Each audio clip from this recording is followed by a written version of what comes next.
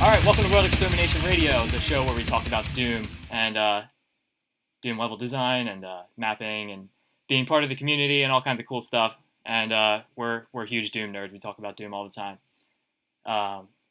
Just a fun game. There's a lot of stuff to do, and there's a lot of people to talk to. And for example, I'm here today with a very cool Doom World member. I'm here with Eris Falling. Hi. Hey. So yeah, let's talk about Doom. What do you like most about Doom? I know you do some pretty cool stuff. You've been involved with some projects, and you make music, right? Yes. That's cool, man. How many? I know you've done like. How long have you been involved with like making music? Have you composed music before you got into Doom World, or is this new? No, I've always sort of had the musical background, but I've made some like crappy little tunes up when I was like 12. Oh, okay. It was when I got into Doom, sort of, because I joined the community in 2012, and it was the following year that I sort of tried to making MIDIs. Yeah. And is that because fun it was do? Well, no, because the MIDI format's really simple. It was quite easy to get into, and I sort of made a MIDI rendition of one of the things I wrote when I was 12, and I put it on Doom World, and Jimmy picks it up, and he said like, okay, this is cool, and this is when he was just starting the Plutonium MIDI pack, so he cool. Invited me to work on that, and I did 2 tracks. One of them's been reused a couple of times, and yeah, I've just gone from there really. That's awesome, man. I was just listening to the Plutonium MIDI pack the other day. I didn't pay attention to who exactly made each one. Do you remember what map that your soundtrack got, or that your music track got in? Yeah, I made 2, and one was the fast one on map 12, and the other was on map 31. Oh, okay. That's cool, man. And yeah, those 2 are basically some of the first MIDIs I ever wrote, so they're a bit dated. Yeah. So do you do like better stuff now? Oh, I'd like to think so. It's, the next project I worked on after Plutonia was TNT Revolution. Yeah, that's right. And so I wrote those. I wrote the ambient track on Map 12 back in 2013, just after Plutonia came out, the MIDI pack. It was like the tracks were good at the time, I thought, and I was just like excited for Revolution to finally come out, so people would hear my tracks. And now Revolution's finally come out, and now those tracks are like 3 years old, so they're dated as well. And it's like, so sort of. That's the problem with those like big community projects like that. When they take forever to develop, once they're like finished, people are playing maps that were like made many years ago. Yeah, and that's the thing, because like there's no sort of my modern output, I suppose, isn't sort of in the it hasn't been part of like any sort of big projects yet. So because I did I've done all the MIDI pack projects so far, because I did Revolution TVR last year. That's cool. And but like I think only about 5 people actually listened to that. So oh no, I'm sure it's more popular than that. It was a cool project though. Yeah, and we're doing Rebirth now. So maybe that will do a bit better. But no, I guess the point is like I suppose it feels like my sort of best work is sort of due to obscurity. But that's because, those MIDI projects are pretty cool though. Those things that Jimmy start, like where you create MIDIs for projects that otherwise have no music. Yeah, that's I think they're a really great thing. Yeah, I was talking to Jimmy about that in another episode, and he puts a lot of value on music in Doom. He says like it's very conducive to the experience. Is like the actual music that goes with the map, and I think he's right about that. And agree. So it's cool to play like we have plenty of like classic megawads, and some of them just don't have music, and that's kind of a shame because it sucks when you hear like D running on the map one, and Yeah. or like just like the general Doom stock music when you play like a new megawatt, you feel like you need new music with it. So it's cool that there's like these projects that like even if you're not like a very good like level designer or graphic artist or scripter or whatever it is, you don't have much talent. If you're good at making music, you can contribute to the Doom community in that way. Yeah, and it's like I don't really have much of a knack for anything else, so I'm glad I'm able to contribute something. Yeah, that's cool that you got to be in this project. That's awesome. I've seen some of your mapping before. I've seen like I know you post like screenshots every once in a while, and I thought they were really cool. Have you released any maps recently? Recently, I made a map for Mayhem 17. Oh, nice. That's good, man. I think that's it. I did something for Doom World Maker Project 2016 as well, but that was really crap. And I remember Sweet Pea sort of tore me to shreds on that one. Yeah, he'll do that sometimes.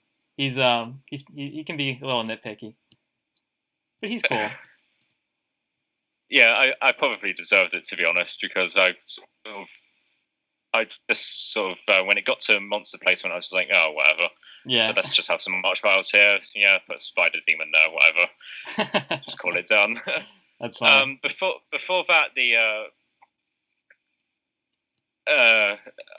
it's the elephant in the room, I suppose. Doom 2 in name only. Yeah. I made the catacombs for that project. Oh, cool. But that was the second map I ever made. That's so cool. Some people liked it because of the atmosphere, and some people hated it because it was all like stringy layouts and hub spokes and stuff. Yeah. Well, what do you think about it? Do you mean Doom 2 name only as a whole, or the? Well, your map specifically, but also the project too. I liked it. I thought it was a cool project. With my map, I guess it was ultimately the second map I ever made, so it is. I don't know. I wouldn't say it was that bad, but it was nothing amazing, and it was pretty long for something that isn't. So I heard that was like one of the main criticisms about Doom 2 in name only is that the maps were really long. See, You're divided about that? Yes and no. I think there was probably, I wouldn't say long maps, but a lot of medium maps without any sort of smaller ones would be sort of more accurate. And I think having map 7, that's where people usually give up on the project. Because that's that map was hard, man. With map 7, it was like it started out with like a cool arena, and then it was. I mean, I really like the design of it. It's all like because it's made completely out of like tessellated triangles and stuff. Yeah, which I thought was pretty neat. But it does go on a bit. And, there's a lot of people who don't like that. The thing with Doom 2 in name only is that I'd only just joined the community when I took over that project, and so I was still sort of blown away by like the whole concept of custom levels, because this is kind of a new discovery for me. Oh, okay. So I thought everything was amazing, and I didn't really do any quality control. So I didn't realize you were leading the project. Is that so? That's pretty interesting. I didn't know. Like leading a project, for example, is very difficult. I've managed I think 2 community projects myself, and one of them, Plutonia Experiment, Plutonia 1024. That was really easy because people just flooded in and made maps for it, and that was pretty easy. But it was when I managed Mutiny. That project was a little harder to manage because it was hard to keep people motivated. That's like I guess that's like one of the problems that comes with starting a community project is people get like pumped up like right away. Yeah, it's keeping things ticking over and keeping things organized, and I'm just not that great at that, I think. No, Doom 2 in name only, it was started by another user, she sort of went inactive after a few months, and it was like this was my early days in the forum, so I was like posting every 2 hours. So it was like, it was like, well, this Eris guy, he probably isn't gonna drop out of activity anytime soon, so maybe he should take over. And I was like, okay. So someone volunteered you? I mean, you wanted to do it too. I sort of volunteered myself as well, in a way. No, it was pretty difficult. Yeah. And the end result wasn't that great, so it got to the end of Doom 2 and Naming, and I said, right, I'm probably not going to do the project management thing again. Yeah, it's tricky. Then I ended up in charge of Ultimate Doom and Aim only when that started, and then I ended up leading TNT Revolution for a brief period. So you just stumble around and just start managing community projects. Yeah, when people volunteer you. It somehow, it comes back to bite me somehow. That's funny. Managing community projects is tough because especially when it comes to people making maps and like quality control and stuff. You don't want to break anybody's heart after they've spent 3 weeks working on this giant map that they're really proud of. So you don't want to tell them, oh, you got to scale this back or delete like half of it so that the map is short enough, or like work on the gameplay and make it more fun. They've already tested it 100,000 times. They don't want to test it anymore. Like it's hard to like get people that are doing something for free and like having like reason enough to tell them what to do. It's just like, I don't know. That's just one of the. It's cool that we have like this community that we can like get people to make new maps and stuff just because they want to, and then you get free gameplay content for Doom out of it. But at the same time, it's hard to like. It's hard to keep a project on track and like keep it organized and stuff like that. At the end of the day, you want to release like good material. Yeah, because you don't want people to. You don't want to like spend all this time working on a project and then people play it and they think it sucks. You want people to enjoy it. But at the same time, you want people.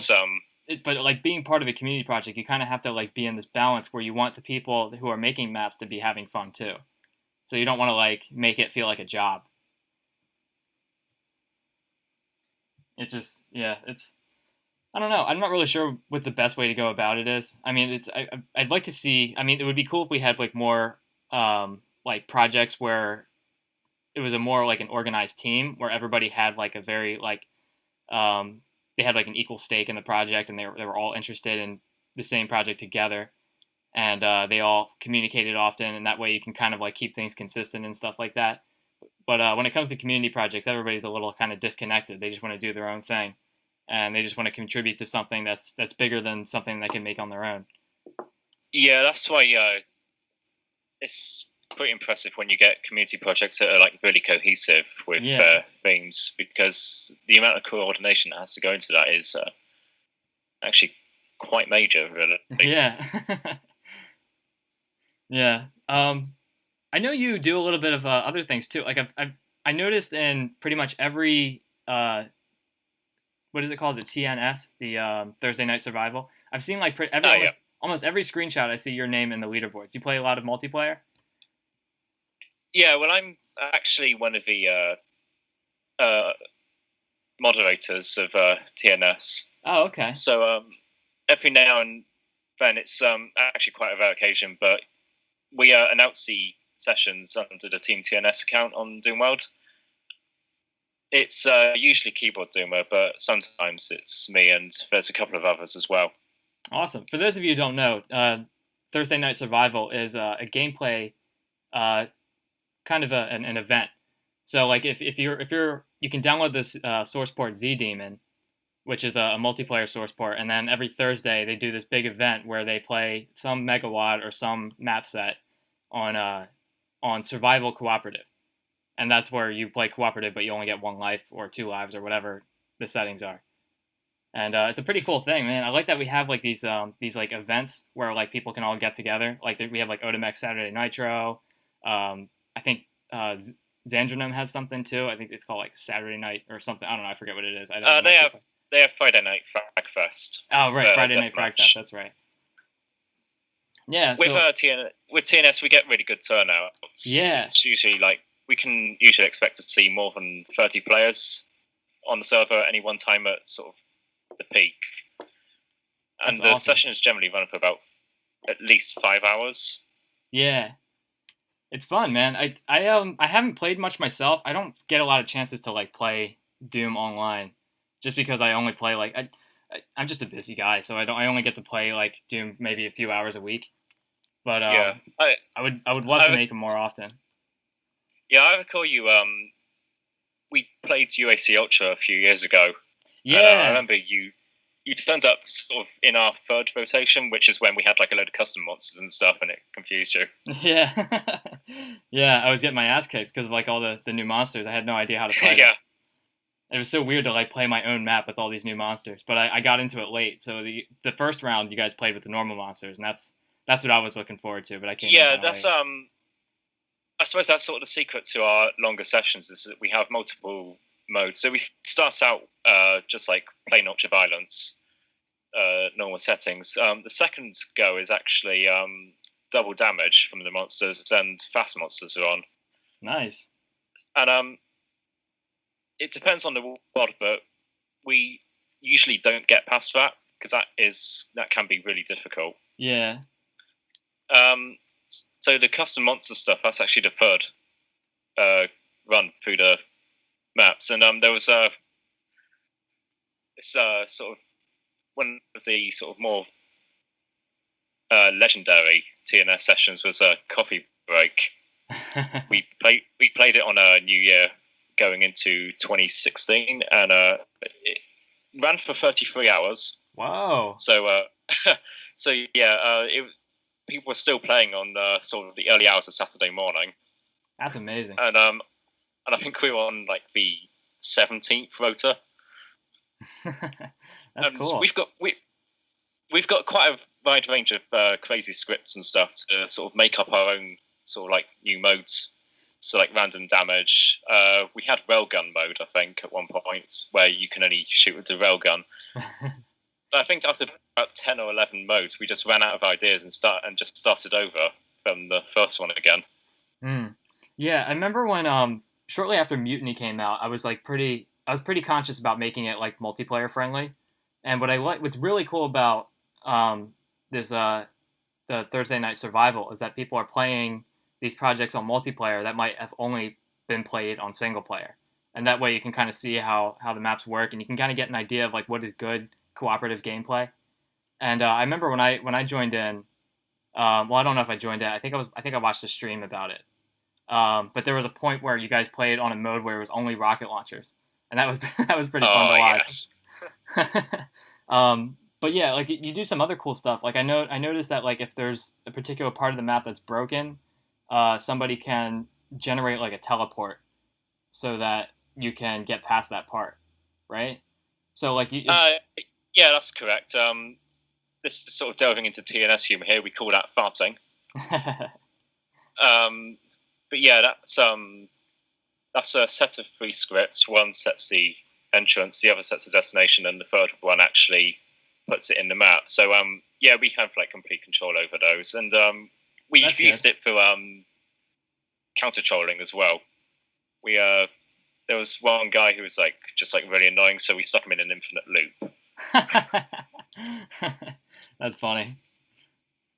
Is that so what does that mean to be like annoying in a multiplayer game? Like can you like I guess I'm sure that's possible. I mean, when you play like survival co-op, there's like there's some element of teamwork that's required in order to get through the thing. So I guess like does that happen in something like TNS? Do you deal with like do you run into people who are like disruptive to the game? I mean, it's not too bad for us. I think there are other servers on ZDaemon which are sort of more notorious for that kind of thing. Yeah. We don't have it too bad, but that's every good. now and then you get shit like people shooting players into inescapable pits and stuff. So it's like even though we don't have team damage on, people still find a way to right sort of ruin the whole teamwork aspect of it. Yeah, when I first played Survival, I used to play on Skulltag, And that was like one of the things that like drove me crazy. Is sometimes we'd play through like a pretty like good classic Megawad, but what'll happen is that sometimes level designers design their maps in a very linear way. So you have like these people walking in like single file through this map in like these narrow hallways, and basically when you're fighting like a whole crowd of monsters in the doorway, the person who's in front of the line is the only guy who gets to shoot because everybody else in the back, they would have to hit the other guy. And what'll happen is like sometimes the guy who's like in second in the line will like try to shoot over the guy's shoulder, and he'll hit the guy in front of him, and the trajectory of his super shotgun will just blast him right into like Hell Knights and stuff, and then he can't escape, and then he dies, and then and then he forfeits his life over that.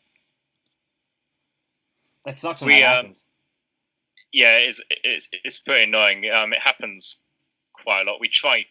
It's usually by accident, really. Yeah. So yeah, there's not really like anyone's trying to do that, but particularly in sort of like more cramped maps, that does happen quite a lot. There's also something that's been happening to me quite a lot recently, and I know it's not deliberate, but it happened 3 times in the same session where you know, the Archvile, it does it's a splash damage attack. Yeah. So the Archvile is targeting someone else, and that person just happens to be walking past me as the Archvile detonates the fire. Oh wow! And I get killed by the by the Archvile that's targeting someone else from the splash damage. Yeah, and it happened a couple of weeks ago. It happened 3 times. Oh my god, that's so that's such a random thing. Yeah, it's exactly the sort of luck. Yeah. But that I expect, really, because I've had stuff like it's the joys of multiplayer. We actually consider it to be harder than single player sometimes. Yeah. Because it just adds a new dynamic. There's also been Archviles targeting other players, and I just unfortunately shoot it like at the same tick where it detonates the fire. Oh yeah. And so that happens to me a lot. Even in single player, I'll have like yeah, because it'll be infighting with a monster, and you just shoot it at the exact second, and it just sort of detonates you, even though it's turned the other way. Yeah, that's one of my big gripes with the Archvile is that like even when it's like infighting with another monster, sometimes you'll shoot it after it's infighting with something, and it'll change its target to you, but you won't get that flame that like indicates that you're being targeted. So like you'll like shoot your super shotgun, and like a random pellet will hit them. And then you'll try to run away, and you don't realize that you're being targeted, and you just take 80 damage or whatever, and you just have to eat it. Yeah, that's like vanilla flaming behavior as well. So that happens in ZDaemon, where you just don't see the flames. ZDaemon is actually not a great port, to be honest. It's there's a lot of annoying gripes. I was talking about this yesterday to someone. Damaging floors. You can take 40 damage from a damaging floor in ZDaemon. So it'll do like it'll like layer the damage like more than a couple times. Yeah, I seem to recall actually getting 60 once, but I might be misremembering that. Whoa, that's mean. Yeah, I just recall a case where I sort of had like about 40 health or so, and I sort of fell off this ledge and died the exact instant that I hit the floor. Oh my god! And so yeah, 40 damage from a ukage floor. That's crazy. And it's annoyingly common as well. Yeah, I don't like to use damaging floors that much in my map. They have their uses, but I really hate it when I'm playing a map and they use like 20 damage lava, because that's just way too much damage for a damaging floor. And which 20 should be like as an alternative to an inescapable pit. Yeah, exactly. Like if you fall into like a falling, like you're supposed to, because like Doom can't kill you instantly in like normal vanilla settings. Just use 20 damage floors to like kill the player for an inescapable pit. But maybe not inescapable, but like a teleport and 20. I know quite a few maps do that. I think that's probably how I would approach it. Yeah. Otherwise, for just general damaging floor stuff, I'd go with 5 or 10. I think. Yeah, like the way I use it, when I use damaging floors, the the way I think of it is that if a player is stepping on a damaging floor, they know it's damaging, so they're going to try and get out of there as fast as possible. That's going to be like their top priority most of the time. So like I don't see any reason why not to use the lowest damaging floor. Like I always try to use like the what is it, like 2 to 5 damage? I think that's the lowest one. Like I use that one the most often, even with like lava and stuff like that, because players are not going to be like when you deal with a damaging floor and it's doing 10 damage or 5 damage, everybody knows that they want to get out of there as fast as possible. Like that's pretty much the same strategy to deal with it anytime. Yeah. So like whether you're subtracting more health or not, that doesn't really make the level harder or anything. So I usually go with just the smallest damage one. Yeah, I think 20 is sort of bordering on the realms of bullshit when it's just in like normal use, and also there's the risk of leaking rad suits at 20. Yeah, exactly. Leaking rad suits too. Oh man, that's where it gets really hairy. That's crazy. Oh, yeah, that's another thing that happened in TNS. I sort of we have this bot which looks like a player. We call it Chudy. You might see it in some videos doing crazy stuff, but I used it once to sort of like spam out like a couple of hundred rad suits or something. Oh, cool. But it's damaging floor section, and I took one and I stood on the nukage, and I just for fun I punched the bot, and then the rad suit leaked at the same instant. So it was like the bot getting revenge for me punching it. I get a rad suit leak. Yeah. Oh man, that stinks. Do you ever get like a rad suit leak and then it does like that double layered damage, so it does like 60 damage? I've not had that yet, but it'll happen one day, maybe next week. Oh man, that's crazy. That would be so frustrating. If you were running through acid with a radiation suit and you have 60% health and you just die because of a rad suit leak. Oh my god, that would be so annoying. It's exactly the sort of thing that I'd expect to happen. Yeah. But yeah, it's cool when you play co-op, especially when you're playing with people who also want to have a good time. Like I really like it. Sometimes I'll play like co-op or like survival co-op with somebody, and like we're very careful about like rationing the ammo out that we use, and like we work very like we kind of like come up with strategies. We kind of get a feel for like the way they fight monsters and stuff, so we can kind of work in a way that's actually cooperative and kill like the most monsters in the shortest amount of time. It's fun when that happens, when you like get like kind of a group of people together who are all like just as motivated to finish the map as you are. Yeah, and I find with TNS that given the number of players, we do tend to sort of work together quite well. Yeah, and I think it probably comes from the fact that it's generally the same players coming back every week. That's good, man. That sounds fun. So TNS is sort of at the point where it's sort of got its own community going.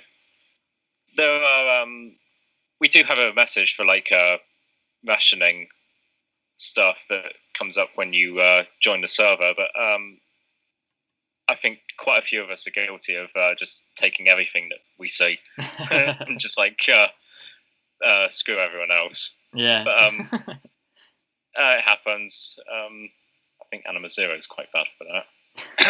Yeah, so name drop it. Yeah, but that does happen though. Like I know from playing co-op is like sometimes like in my experience, sometimes I've played some projects on like SoloNet on PR Boom. So like when you play on SoloNet, it's like playing with cooperative settings, but you're only playing by yourself. So you can respawn, but you're not playing with any other players, and you can respawn and like you can keep playing the map where you left off. So what'll happen though is if you're playing in PR Boom and playing with like normal vanilla settings, the ammunition that you take, it never comes back. So you kind of have to. You don't want to take all the ammo at once, because if you die with it, you lose it all. All that ammo is gone. So if you're like walking around with 50 shells and you get shot and you die, those 50 shells are gone forever. And so you have to be like careful, and you also have to like the amount of ammo that you kind of like develop this strategy where like the amount of ammo you're carrying, it has to be like relative to how long you're expecting to live through this through this map. So like you kind of like ration out ammo. So like if you know you only have like maybe 10% health left and you don't know if there's any health items left, you might like stop picking up ammo and try to use up all of your ammunition before you die, so that you're not wasting any of it. That's brutal. Yeah, it's pretty tough. The vanilla settings are like they're kind of unfair in that way because like ammunition stuff doesn't respawn. But yeah. When I try to like make my maps vanilla friendly and co-op friendly, I'll make like a secret where I just have like this massive stash of shotgun shells, and it's just more shotgun shells than you'll ever need. But you do have to find the secret. Yeah, that's something that's you don't see it often, but it's quite cool in some maps where you have like a supply room. Yeah. That's just like completely stacked out with ammo. There was like an invasion style map that used to be in Slaughterfest 2013, back when it was still called that. But it's gone now, and it's like it was basically this full-on slaughter map, like 2,000 monsters or something that sort of spawned in waves, and you had like this central building, which was just like completely loaded with like cells and stuff. Yeah, it's nice to have like that centralized location, especially in a multiplayer game, because like if all the ammunition's like scattered around, people are just running around picking it up, and then like once you start and you respawn and you have no health and ammo or anything, or not health, but if you don't have any ammo for the weapons, that you have to like really dig around into every corner and find every little clip and every like 4 shotgun shell pickups and all those little things just to get enough ammunition to go forward. Yeah, and I think if I were gonna ever make a slaughter map or something, I'd probably go down that sort of supply room route, because I think it's pretty cool actually to have everything sort of there, respawning or not really. Yeah. Because I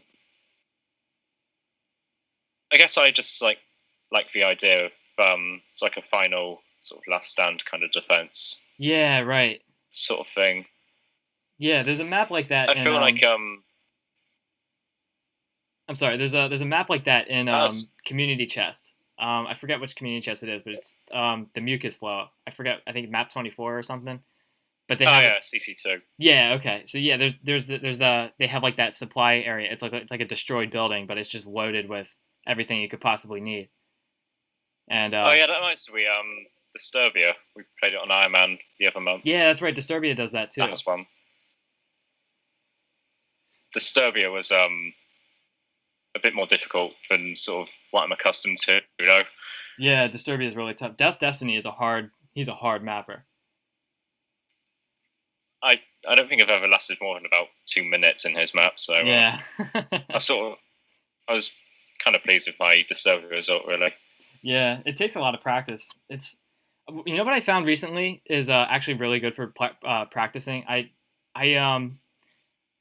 took a break from Doom for a little bit. Well, not really. I just like, I guess I just like get kind of busy, so I don't play Doom as often. But like every once in a while, if I stay away from Doom for a few weeks and I come back to it, I'm so rusty and I have to like get my skills back up again, and it takes a lot of practice. And the way I play Doom is I have like a source port that records all my demos, so I can keep track of all my progress that way. So what I get myself into.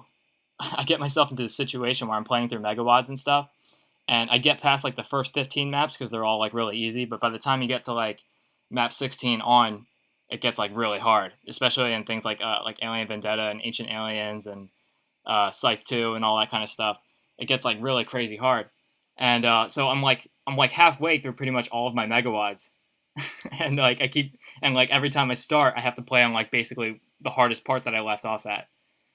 So what I found is actually like really good for training, like just to like get your skills up, is just playing in automatic level generators, like Oblige or Slide, because like the level designs are pretty basic, and you can pretty much get through it. So you do sacrifice like being able to see really cool visuals, but there are like you can go crazy with these level designers with these automatic level generators like Oblige, where you can set the monsters to be like. You can pick like the hardest set of monsters and make sure there's like thousands of them, and then you'll like play these maps where like you'll fight like 16 arc vials in a room, and even though like they're not presented in a crazy way, because like part of crazy level design is like how the monsters attack you, like the way they're like the trap setup, you know. But in Oblige, they're all just Yeah, kind of so jammed in a room.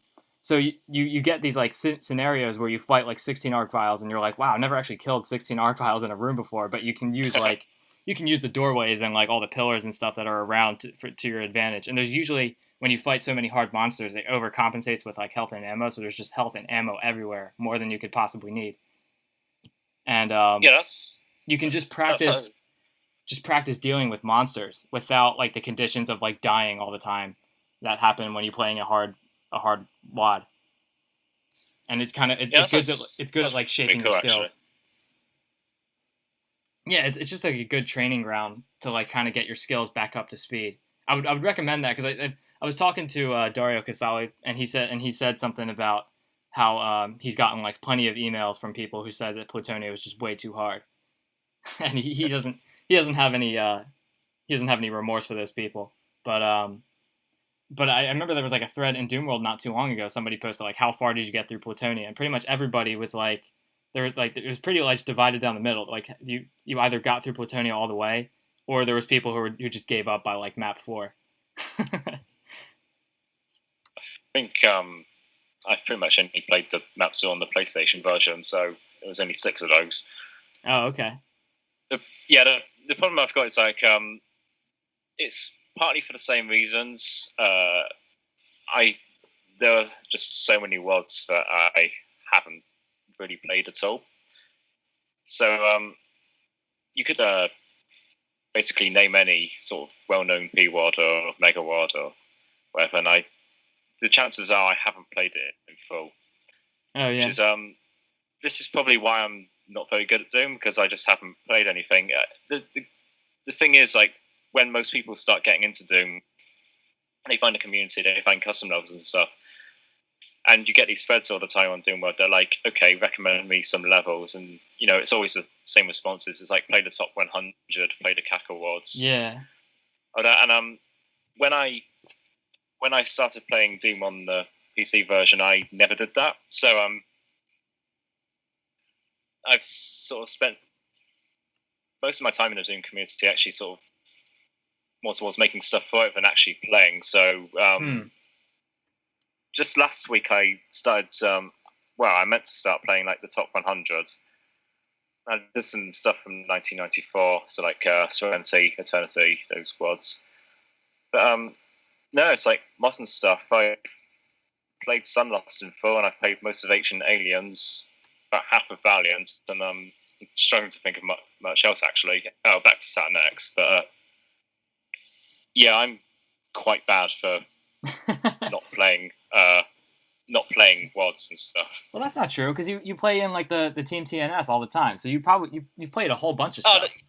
Well, yeah, that's it's different in TNS, so you don't really you experience the levels differently. Yeah, you don't really get the intended experience of being a single Marine in the So like the trap setups, I guess, are a little different, but you do get to experience the levels, which makes up most. I mean, you probably play. I mean, I only play Doom like once in a while, and so like maybe I'll play like once or twice a week. And I'm like I said, I'm like stuck on these megawads where I'm like stuck on these maps, so I just keep dying over and over again and replaying the same places over and over again. So I'm like making very little progress. But like if you're playing something like the Thursday Night Survival, where you're playing cooperative, you get to experience all the maps in a map set within a few hours, because you guys are all working together.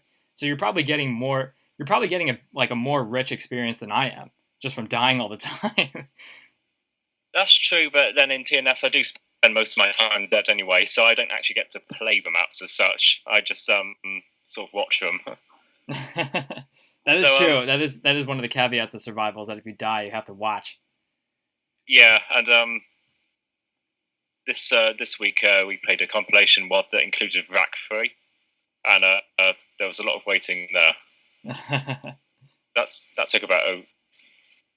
took more than half an hour, I think. Yeah, that's a long map. And there were we played Chillax once. Yeah. We played it a few times actually. It's another piece of TNS pop trivia really.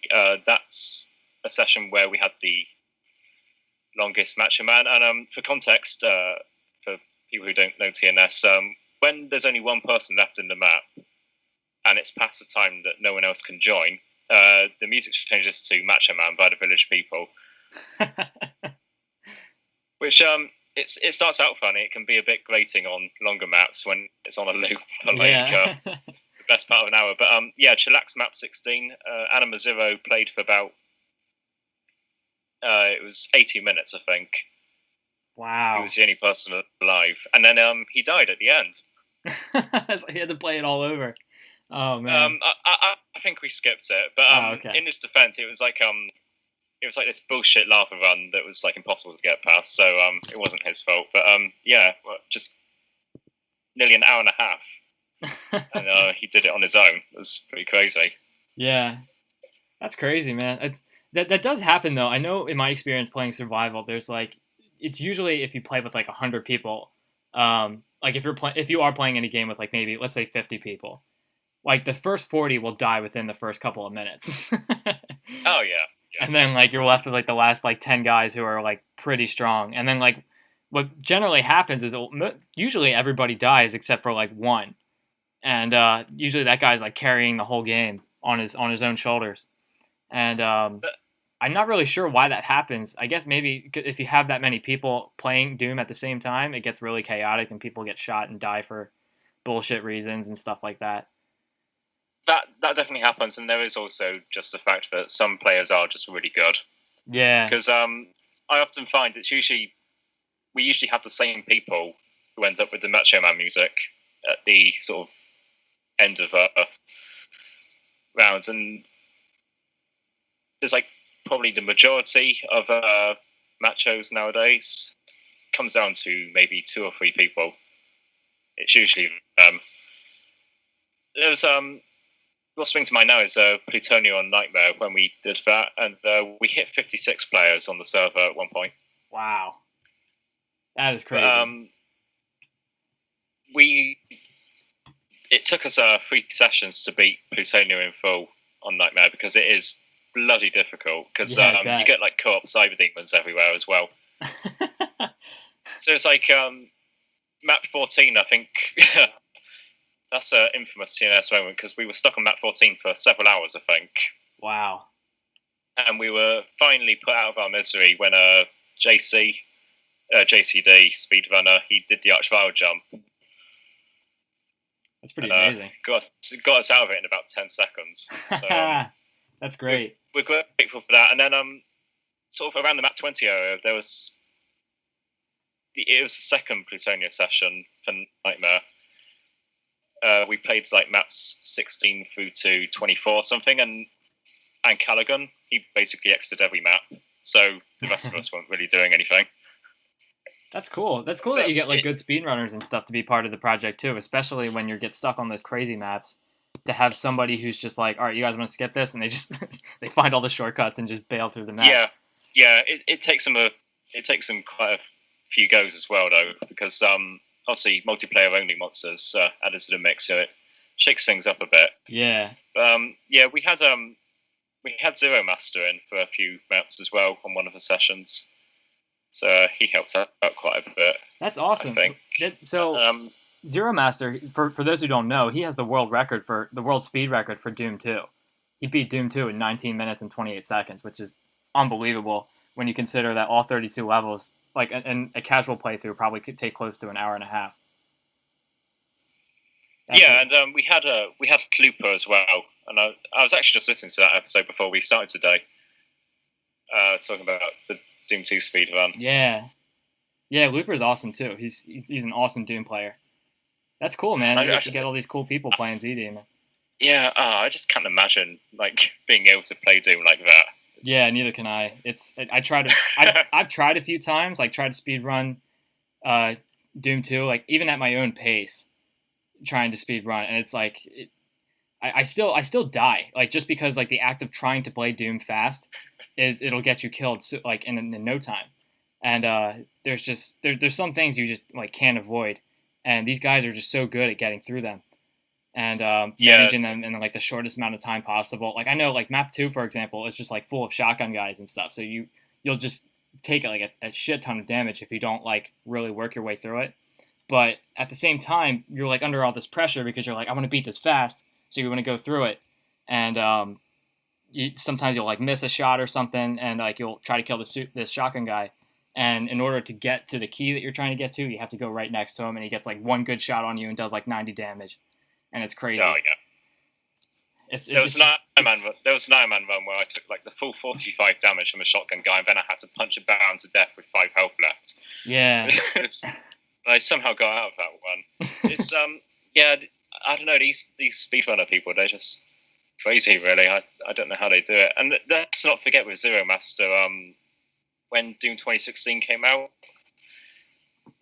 its software and the run up to it were all like, oh yeah, we've got Ultra Nightmare mode, and it's probably impossible. No one here can do it. And then they released a new Doom, and Zero Master did Ultra Nightmare in about like 2 days after it came out. Yeah, that's a ridiculous amount of skill. It's really humbling because I always thought I was pretty good at Doom. You know, I like to think that there's not a lot of scenarios that I can't survive because I've killed like many thousands of every type of monster, and I've dealt with like really crazy situations where I'm like, there's no way anybody could survive this. But then I'm watching like these UV Max videos that are on YouTube where people just like BFG plow through like hundreds of thousands of monsters, and they're just running around in circles, and there's no way, and they're just taking damage, but they time it in such a way where they're getting to the megaspheres that they need at exactly the right time, and I don't know how they do it. It's just I would imagine it takes hours and hours of practice, but yeah, even they usually stream it as well nowadays, and that's so you get like these live streams of people actually like playing these maps and like seeing them, like not even like it's not even like they got a whole lot of practice. They're like, you're actually watching them play live, and they're still very good. It's crazy. Yeah, there's speedrunner Nirvanos. He usually does his maxes on like first exits, and they're usually pretty good times. That's amazing. So when you do these like TNS, you've been doing this for a while. Do you get any like really interesting famous people that are from around the community? Like I know you mentioned Zero Master, Looper, and Caligon. Those are like pretty awesome speedrunners. Do you get like other cool people, like maybe I don't know, like famous mappers or something? Oh yeah, John Momoa comes every week. No way. Is that true? No. We have the joke here is that we invite. Well, I say we. I wasn't on the team then, but back in for the 100th session, they invited John Romero, and he said he was going to turn up, and they made a big thing about it in the post. And it was like, yeah, we invited Romero, it's going to be really good, and then he didn't turn up. So we invited him for 200, and he wasn't available. So and 300 went, and I don't think we even bothered this time. But the joke here is we've got a script that basically makes chat messages under the username Romero. So no one fell for it. It didn't work. That's funny. Because he's quite limited in what he can say because they're all built in. So it's like, hi, how are you doing? Happy TNS 200, even though it's not 200 session anymore. And then there's another line that says, did you know the TNS admins are a bunch of lying, deceitful bastards? Like, then and then we get the opportunity to tell John Romero to sod off. So that's funny. So like, but it's cool because like I know that I don't really play Thursday Night Survival that much, but when I see that you guys are playing one of my maps or like a map set that I worked on, that gives me like a lot of motivation to want to join in. Does that happen pretty often? Like when you're playing like a cool megawatt or something, the creator will actually show up to talk about it and stuff? Yeah, we often we tend to invite the authors of WODs when they just released something. For example, Stardate 20X7 we played a few weeks ago, and Ribix was there throughout the session. That's great. Cannonball as well. He usually shows up when his maps are being played, and he's sort of famous for dying in his own maps. That's I think we have the Cannonball obituary for that. That's funny. Yeah, so we get authors show up to play their maps quite a lot, actually. Yeah. Oh, cool. So you I guess you don't have any shortage of WODs to play for Thursday Night Survival. The problem is we always get to sort of late Wednesday evening. It's like, oh shit, it's Wednesday. What are we going to play? So if we can't think of anything, we'll sort of just rerun something that we've played before. That's good. We tried to sort of give it a few years in between each one. Actually, UAC Ultra is the only one that's been rerun twice. So we've had 3 UAC Ultra sessions. Wow. That's the only one so far. That's pretty cool. So do you hike? I actually, when I was working on UAC Ultra, I was pretty cognizant about making it fun for multiplayer. So I crammed it full of monsters and ammunition and stuff. So I guess that's probably one of the reasons why it was pretty popular. But also, like when UAC Ultra first came out, I played it on survival all the time on Skulltag. So I guess there's a lot of people who are interested in survival see that and they're like, oh, I remember playing UAC Ultra, I'll play that. Do you have any other favorites? Like, do you have any favorite things that are great for multiplayer, and what makes them so great for multiplayer? Oh, geez. I mean, I've played about 200 sessions now on TNS, so 50 Shades of Grey tool standing out. Yeah. Maybe not necessarily because it was so great for multiplayer, but I did play for 24 hours or something. Wow. Wait, so you were on the server playing for 24 hours? Yeah, something like that. Oh my god. That's one of the longest sessions ever. I nearly fell asleep at about 8 o'clock in the morning. Yeah, I bet. I made it. So I guess 50 Shades of Grey tool is standing out to me as a special one. But there's plenty of others that were really great sessions. Coffee Break was good. Is there any specific qualities in a map that makes it good for multiplayer, or maybe what are some things that make a map bad for multiplayer? Typically, we don't like narrow corridors. Yeah. So a lot of older WODs suffer from that. Lifts. Yeah, lifts really bad. Yeah, because you can only have so many people on a lift at a time. Yeah, and the worst ones are those that are 64 by 64 boxes, because you can only get one person at a time on them. Yeah. And so you just get this massive backlog of 20 other Marines just queuing up, so go up the lift. Yeah, that's got to the point where we added elevator music for those occasions, because it takes a few minutes to get past, and sometimes we've resorted to teleporting people past it, because I think lifts are probably the biggest annoyance. Short maps as well sometimes aren't so great when there's only 20 monsters, because occasionally people won't even get a look in. Slaughter map, in contrast, slaughter maps are usually quite good because they're sort of challenging even for an army of 20 players. But if it goes too overboard, then you're going to get problems with the server because there's just so much going on. Yeah. And I have that problem as well because my connection's not very good. So if there's 300 monsters or so active, I'll probably be the first one to start lagging. So it's that's kind of annoying, but just have to get on with it, really. Yeah, I would never have imagined that Slaughterfest would actually be any good for survival co-op, and the reason I think that is because usually when I play a Slaughterfest map, a lot of it is controlling the flow of where the monsters are going, because the monsters will all will all move towards you. So part of it, the challenge of a slaughter map is actually managing the monsters. And I can imagine this going really crazy when you're dealing with so many people. You don't really have that much control because all the monsters are targeting all different players. But I guess so.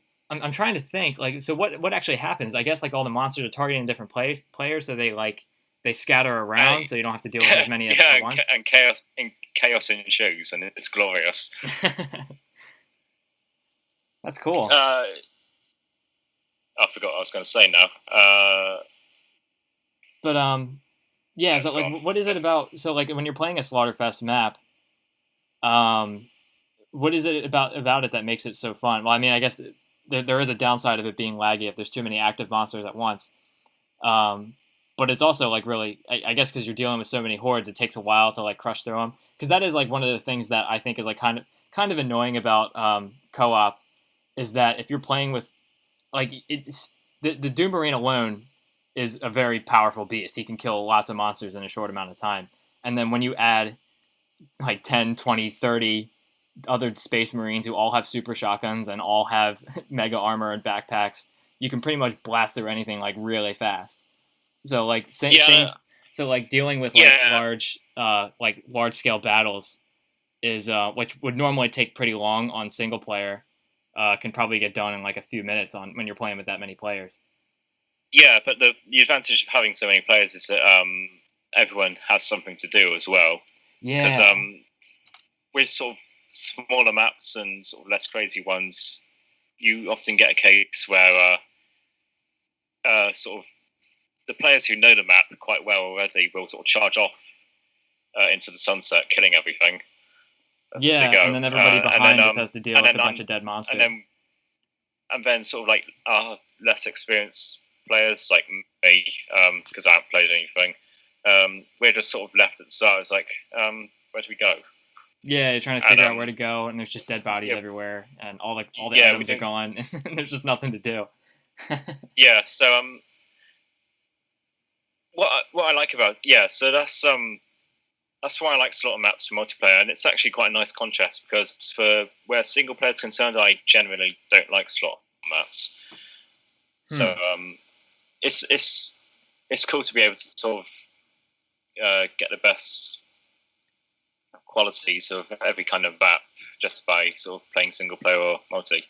Yeah, I've always wanted to, like, there's been like some talk in the Doom community about making like a co-op specific map set, and I don't play enough co-op to like really. I mean, I know some like pretty important details about it, but I don't play enough to know it so intimately that I could actually design a project that would be perfect for it. And I mean, I know some like pretty basic principles: just give a lot of ammo, give lots of monsters, have a lot of space to move, things like that. But I would like to at some point get like really like deep into like playing co-op and like really understand very specific details, because I just know from playing single player so much how monsters behave and how they're things that they're like using them in like a very advantageous way, where they get like you can use the fewest amount of monsters and do the most amount of damage, for example. But with co-op, it gets like pretty chaotic when there's a whole bunch of different players. And it would be interesting to like know how to design a project in which it would be just as chaotic and fun and exciting as it would be in single player. I don't know. It's tough, but it's also something I just don't have a lot of experience in either. I mean, I'm not sure it's something I can comment on, because it goes into like the sort of general specifics of map design and monster placement as sort of like at the most basic concepts, and then applying it to multiplayer. So since I'm not really a mapper, I'm not sure I'd be able to sort of explain that, because I can't say for sure what makes, because we only play like what's primarily designed for single player. Yeah, but we're playing them in co-op, and it can be hit and miss, because like sometimes a single player WOD is really good for co-op, sometimes it isn't. But I don't know for sure what sort of makes single player WOD pop as such. Yeah, what I do think is it is important. Like you mentioned, the elevators, for example, are pretty bad. But I am thinking of like an alternative elevator where it's like really big and you can fit a lot of people on it at once, and you can make it and you can make it switch operated, so everybody can get onto the lift first, and then you can hit the switch and go up or down or wherever you need to go.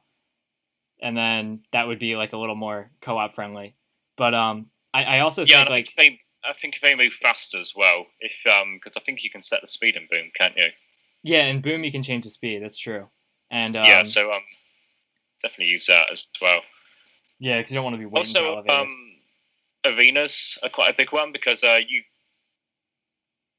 often causes the need for like teleports and stuff, where someone will get locked into arena and the bars close behind them. Happens quite a lot, and then the other players are stuck outside, which might be okay, but if the player died inside the arena, then that's the map broken. Yeah. So it's generally you sometimes see it where this apparently useless teleporter will open outside an arena after you've gone in, and it's specifically for co-op, so players can get into the arena after the bars have closed. Yeah. So if you're playing in single player, they look a bit weird, but they're there for a reason. Yeah. So it's just like general sort of considerations, I suppose. Yeah, but that stuff's like really hard to test for when you're doing your own testing and you're playing it single player. You kind of need, well, you don't always need it, but if you can be cognizant of it, but that's something that most people aren't if they don't have much experience with it. So if you're like making a map for yourself, you probably won't notice if you have bars that shut behind you and you can't open them from the outside. But and if you don't really involve yourself with multiplayer as well, it's not something you'll ever think about. Yeah. I've just remembered. The Peacock community project, the second one. Yeah. It came out a few years ago. That was probably the worst for co-op breaking and stuff. Really? Because every other map was just fucked, basically. That's a shame. But we reported all these bugs, and but the response we got was like, "Well, I don't play co-op, so I'm not going to fix it." It was like, "Oh, that's not nice." Yeah, that sort of irritates me a bit, to be honest. Yeah, because if you're reporting bugs, it's because you want the project to be good and you want to play it again.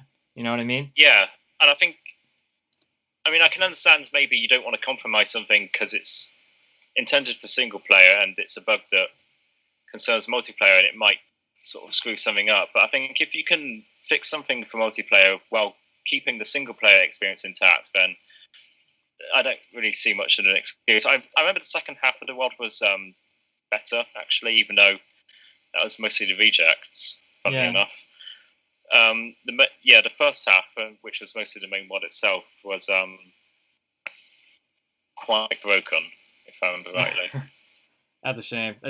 That is weird when people can get like that. So, but that's like one of the things that I've had to deal with in community projects is when you have somebody who makes a map and then you want to enforce some sort of quality control, like you report bugs or something, or maybe this particular situation has too many monsters or too few, or there's not enough ammo or whatever.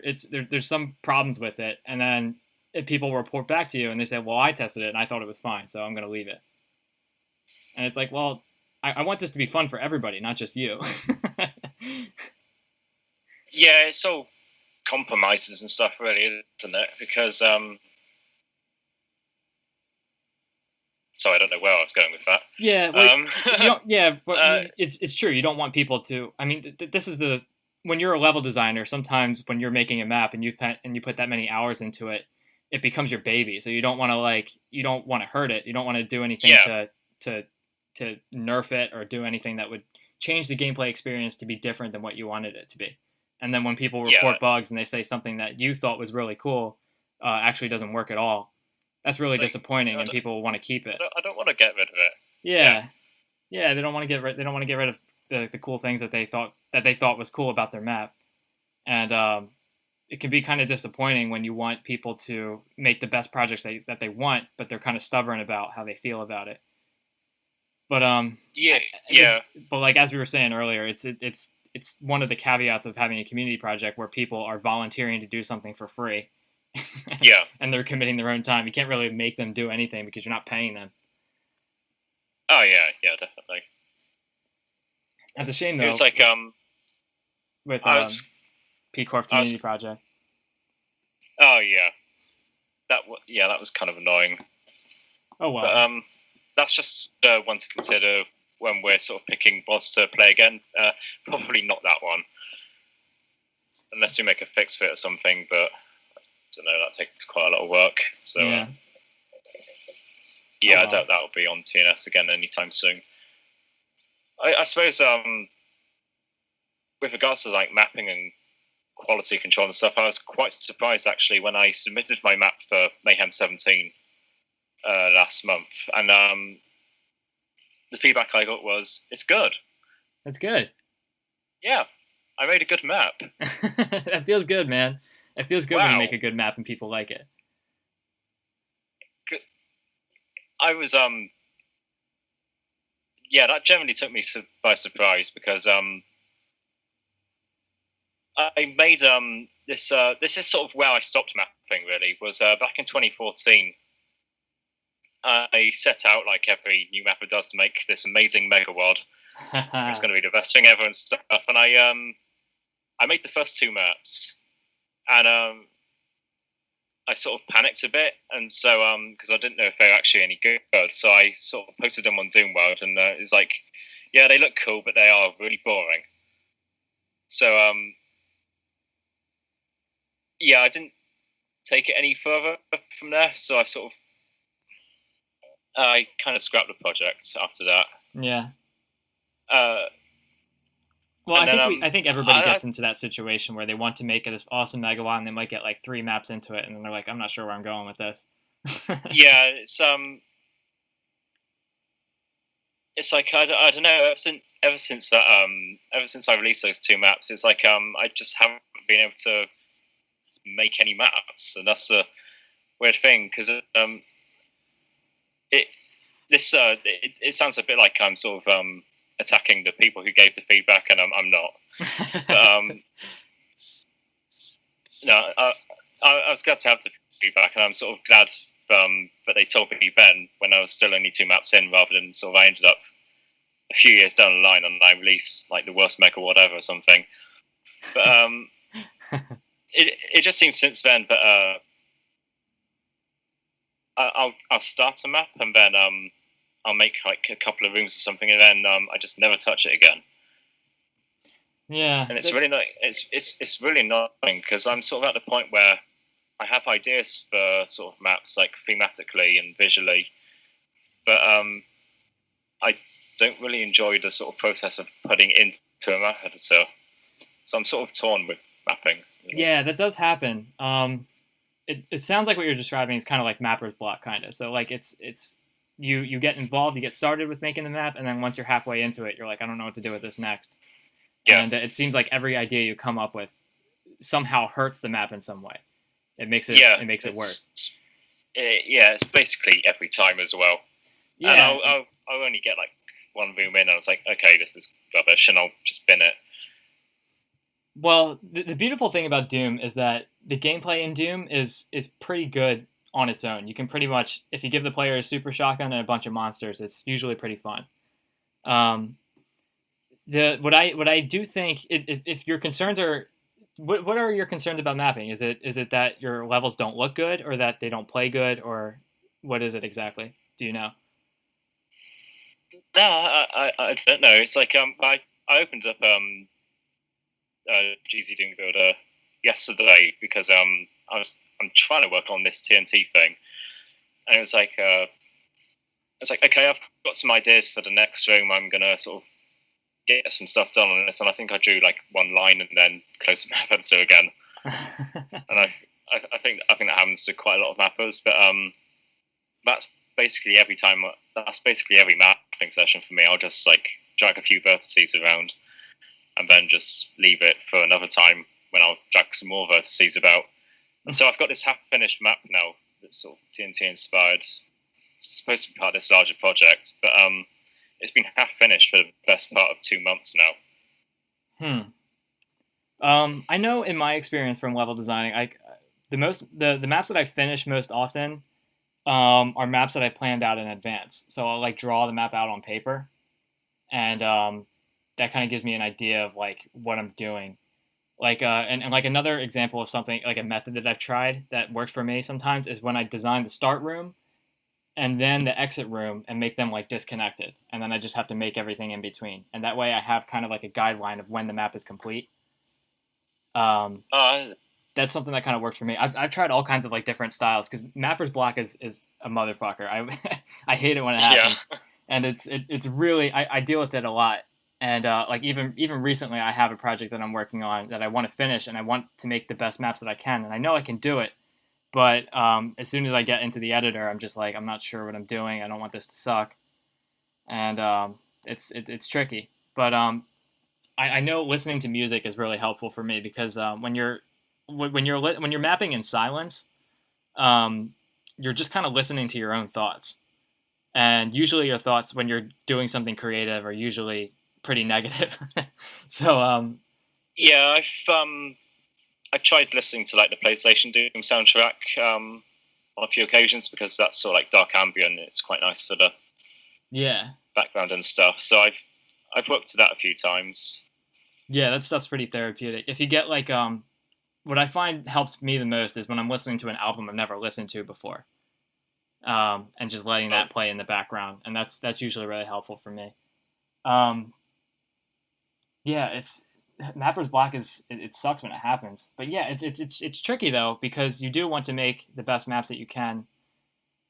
But what I've come to terms with recently though is that the gameplay in Doom is like pretty solid as it is, and mostly what gameplay really is not necessarily where you place the monsters, it's how you introduce them into the level. So like if you have like things like traps, like where you're teleporting monsters in, or you're opening up monster closets, or the monsters are instantly rising out of the floor.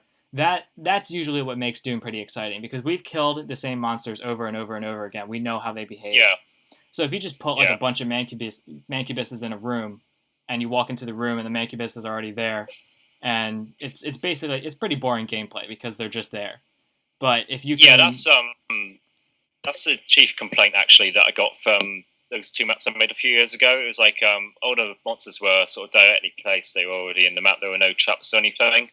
Yeah. And so it was basically just because I spent quite a lot of time on like the detailing, and it looked quite good, I think. But ultimately, it was just one room, clear the monsters out, next room, and so on.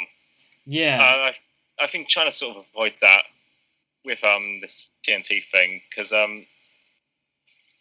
as it's TNT, I sort of did the cliche thing of the map one, which is the one I've been making, is like a Berserk focused map.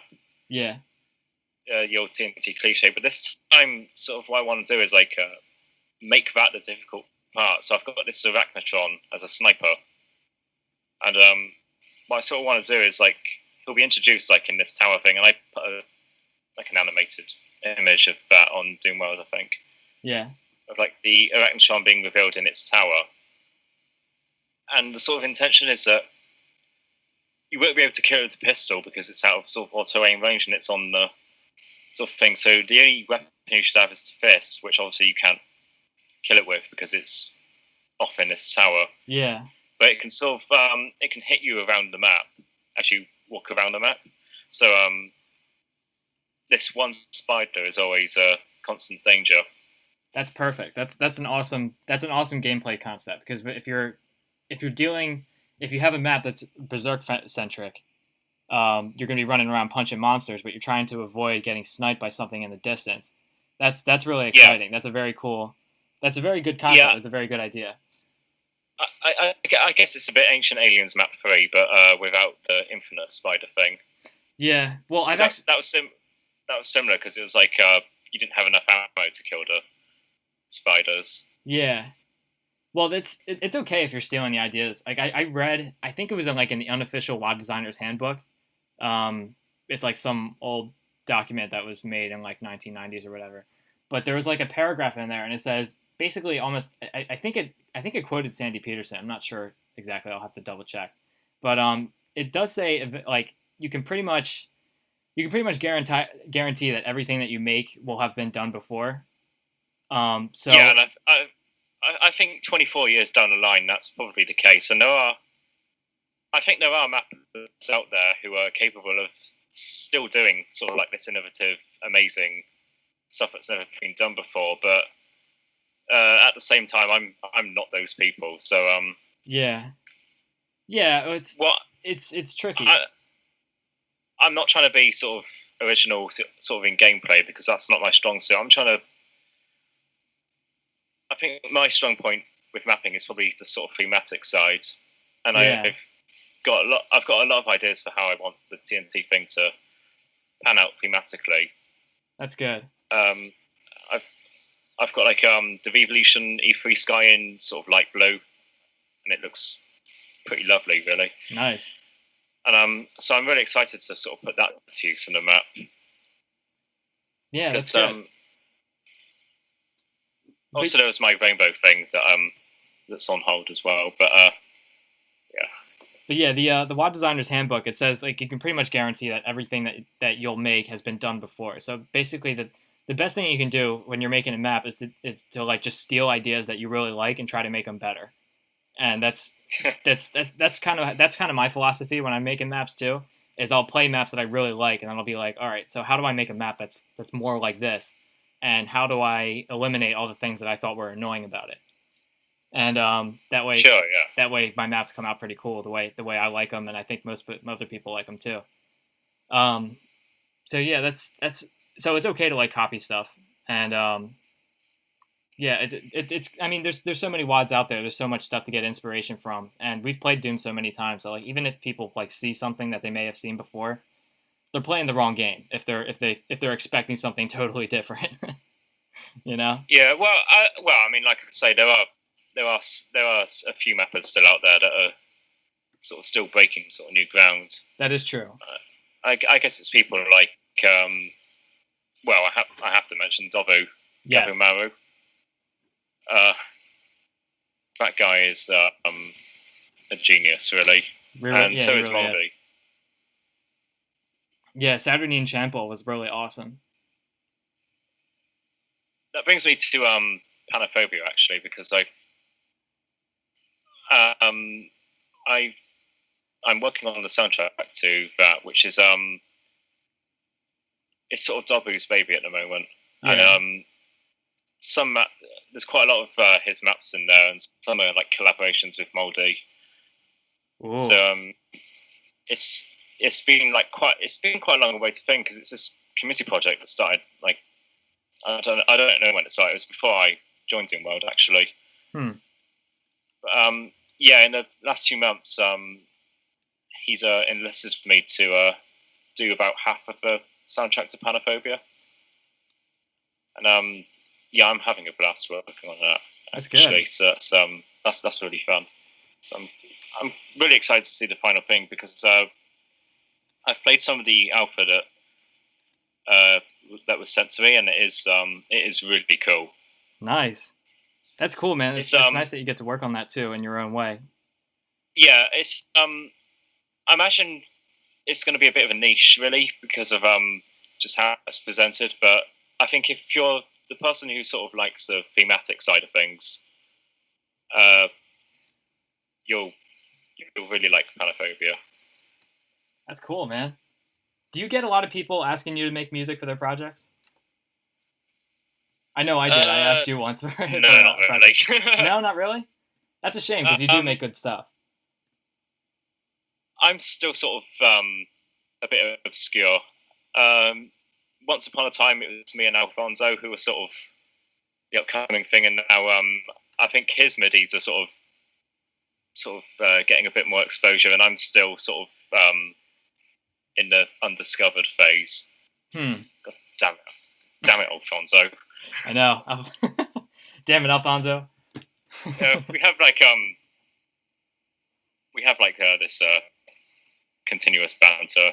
Like, he's better at Iron Man, I'm better at music. But yeah. But no. First time I was actually asked to make something was back when TNT Revolution was still part of TNT 2.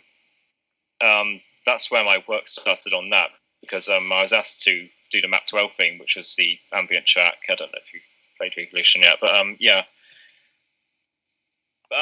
What map was that on? That was. Did you say map 12? Yeah, map 12 Evolution. Okay.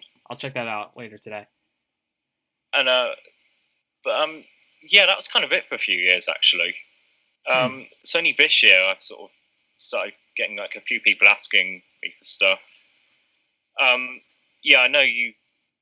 Yeah, you did ask me because you sent me that. Well, I'm afraid to say I didn't look at it yet because I was quite busy at the time. That's fine. I understand. But if I remember rightly, you weren't actually asking me for stuff yet. But yeah, that's right.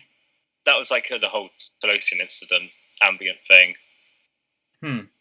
I did check that out, and that was quite interesting stuff to hear actually in Doom. Yeah. Yeah, it was because like you mentioned earlier that you played PlayStation Doom, and it has like that kind of like ambient kind of music, and I do like that, but I also like Doom music too. So like my ideal like kind of music for this project that I'm working on would be something kind of like PlayStation Doom music, but also with like a very steady like bass beat, like kind of like or not a beat, but just some kind of like bass riff, like so like a fusion of the ambient and sort of more traditional sort of MIDI music. Yeah, a little bit. Yeah, like there's a lot of like new MIDIs that I hear, and I don't know if any of them are coming from you. But like a lot of them are like kind of electronic-y almost. Oh, that wouldn't be me. Yeah. So yeah, they have like kind of like a almost like a retro video gamey kind of sound to them, and I want something that sounds more kind of like something that you would hear in like an intense like drama on TV, like a TV series, like kind of background sound for that. Like it wouldn't actually be music, but it would be like kind of just kind of like a noise with like some kind of like steady, tense. I don't know. It's hard to describe because I'm an idiot with music. So well, I mean that does kind of sound like sort of what PlayStation Doom's music was, because it sort of it was like quite a lot of soundscape stuff, but yeah, every now and then there would be sort of like a sort of string melody that would come in or something. Yeah, like when I think of like really cool music, some tracks that really stand out to me. Have you ever played Scythe 2, the map with Mr. X? Yes, that's the one with like it's just that one drone note, isn't it? Yeah, strings. Yeah, but that music is so imposing to me. I love it, and if I could have, I don't know many like people who make midis that sound like that, or if that's even easy to do. I don't know, but well, to be honest, I think you could probably make something like that in about 10 seconds. Really? Okay, then I should probably just do it myself. It is just like the one note on a loop, isn't it? So, yeah, it pretty much is. But when I played that map for the first time, that map was really intimidating, and I think that music had something to do with it. And I found out later that was a MIDI based on a track from Metroid for the Game Boy Advance. Yeah, I think basically sometimes less is more when it comes to music. Yeah. So that's kind of because like what's fascinating to me about especially like the original stock Doom music is most of the tracks are pretty short. They're like a minute and a half long maybe, and they're pretty repetitive, but they don't really drive you crazy. Like they're not, I guess because of like that simple blues progression that they use. They're just there in the background. Yeah, it's exactly. It's just background. It's just something to listen to in the background. It's not like music that you should be listening to. It's just something it's just kind of like random elevator music that you're listening to while you're playing a good game. Yeah. So like that's kind of what I want to do is make like pretty short tracks that are like on an infinite loop, but they're not so distinctive. Or not distinctive, but they don't have like these repeating notes that will drive you crazy after a while. Just something that's kind of like steady, quiet, and droning. That would be like my ideal kind of music. But that's just me. I've done sort of like a sort of less complex stuff, but I tend to sort of naturally lean towards like sort of elaborate arrangements and stuff, so I can probably tone things back a bit, but I wouldn't say no. Do what you want to do. I mean, if you think it's going to be, if you have ideas for music, do what you want to do. I don't want to tell you what to do because this is just my opinion. I haven't really shared this opinion with anybody else before. Oh yeah, but if I'm gonna write for someone's project, then ultimately I'm gonna do what sort of I've been instructed to.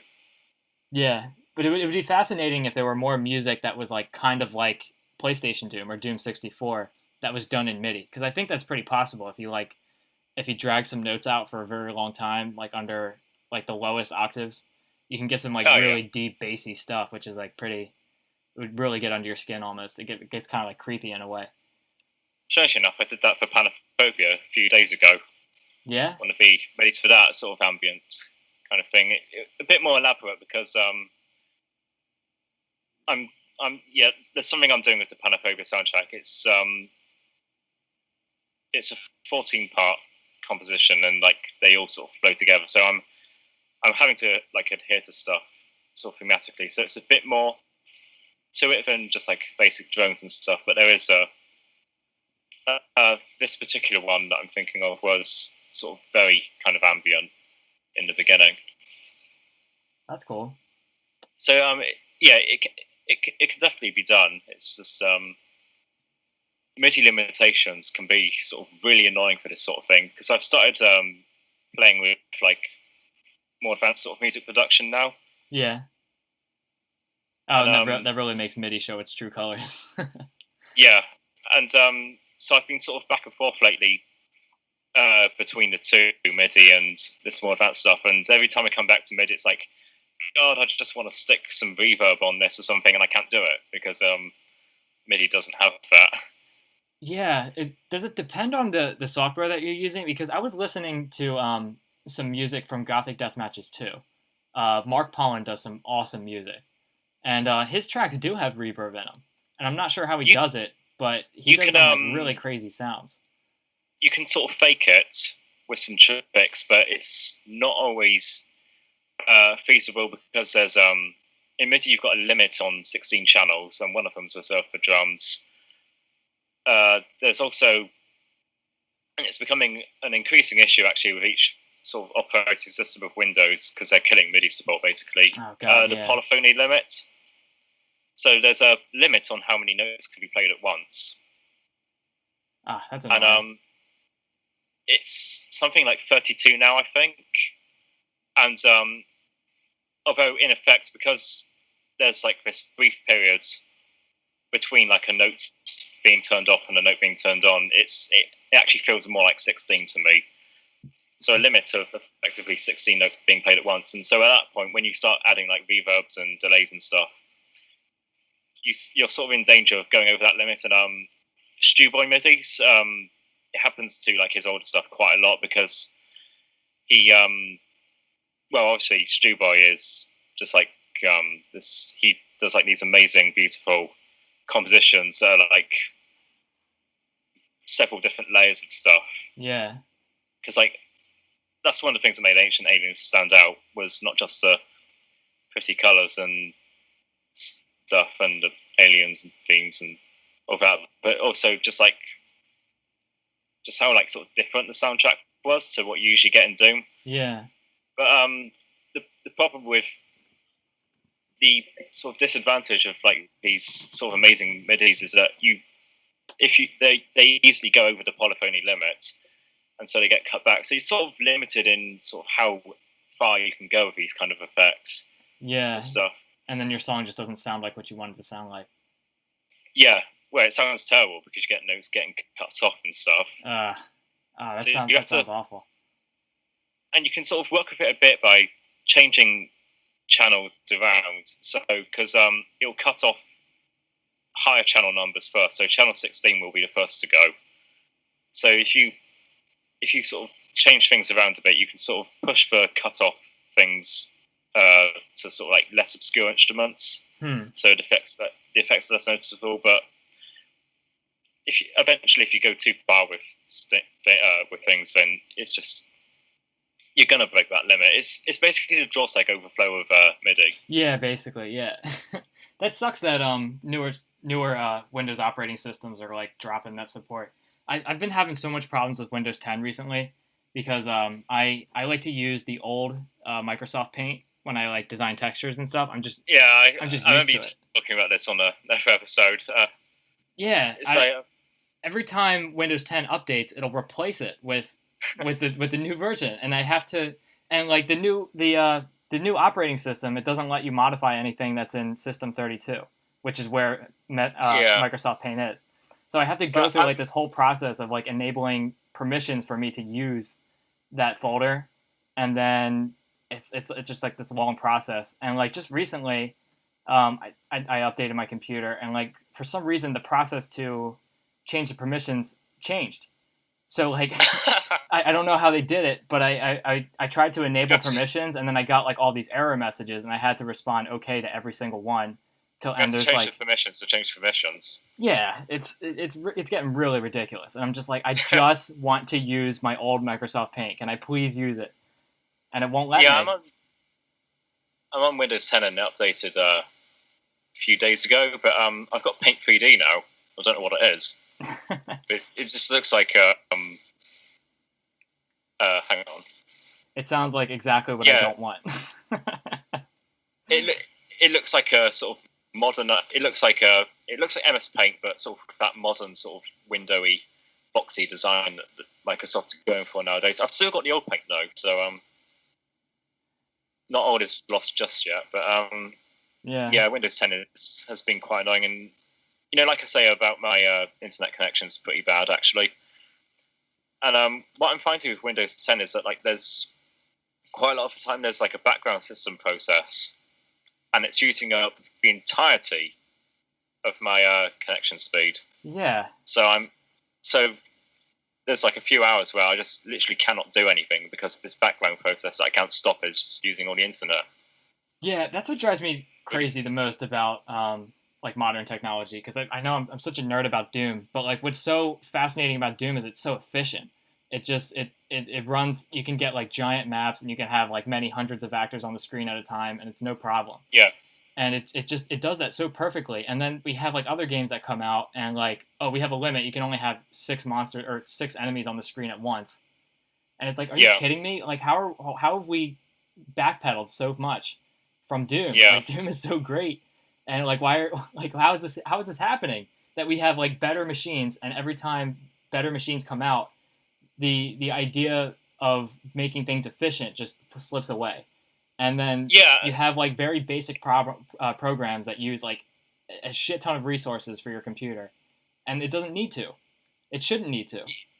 Yeah, and this is an issue with MIDI as well, because like computers are getting better, so why are we having to have less available voices being played at once when I think someone on IRC said once like computers nowadays, they could easily have like a poly limit of like 256 or something. Right. That'd be more than enough for anything, but it's not 256, it's 32. It's like, what? Like, just why not? Why not just make it better? Like, why can't we just have what we want and make it better? Yeah, I just don't see a reason for it. And the result is, MIDI is getting increasingly restricted. I'm finding because I only got Windows 10 a few months ago, and before that I was on Windows 8. But I'm already finding like some of my older MIDIs, there are in a few places like the polyphony limit is coming into effect. Yeah. On them when it wasn't before. Oh my god, that's so annoying. So it's like there's one case where it's like building up to this guitar solo, and like it's like you know there's a guitar solo coming, and it's like it's going to be amazing and stuff, and then the first few notes come in, and then the first like proper note to the solo is just missing because and that completely ruins the song. Yeah, it's the most anticlimactic, annoying thing ever. Oh my god, that's so awful. Annoying. Yeah, I was. It's so weird. I was the other day. I don't get a whole lot of time to play Doom, but the other day I had like maybe like a good 4 hours to like play Doom, and I was just playing terribly, and I'm not really sure why. And I was wondering if it was me, like maybe I was like losing my touch, my reflexes were going bad or something, or I was worried, but I was like genuinely scared that I was losing my skill at playing Doom and I wouldn't be able to play harder maps anymore. And it was very weird because like as I was playing the maps, I knew what I wanted to do when I was in a situation where I was like dodging fireballs and homing missiles and arc vile attacks. I knew what I wanted to do, but for some reason I just couldn't execute the commands that I wanted to. And I play Doom. I play Doom with a controller. I use a Logitech gamepad, and I I was playing it on Windows 10, and I was still having trouble. And there was some things that I have to do with when I play PR Boom. I have to like have the resolution really high because for whatever reason, when I play it on full screen, it doesn't work. The screen flashes or whatever. I'm not sure what was going on with it. It might work now. I haven't tried it recently, but I've been playing on a windowed mode and with a really high resolution. So like the pixels are like not as grainy as they would be in like lower resolutions or whatever that I'm used to, I guess. Which has the alternative effect of making specters like really impossible to see because they're the little like grainy black pixels that they're made up of are like nearly invisible. So I get bit by specters a lot, but just like dodging fireballs and stuff. For some reason, I wasn't doing it right. But I switched to I have an older computer, a Windows XP, that I used to play Doom on all the time.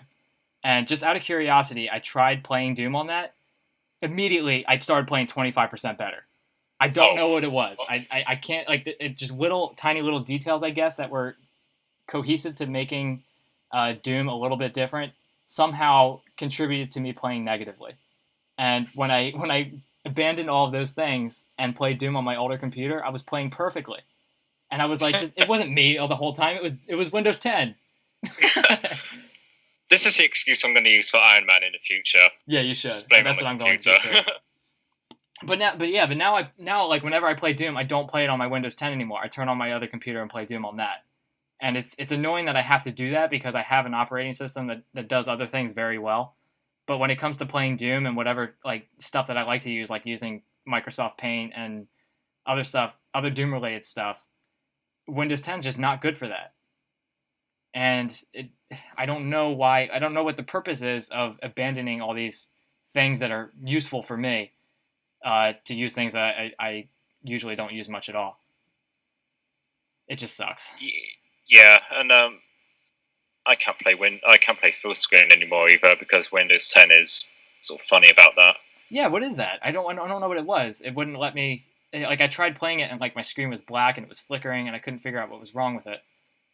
Yeah, I had that as well, and I think maybe I just need to install my graphics drivers, but I can't on GZ Doom anymore.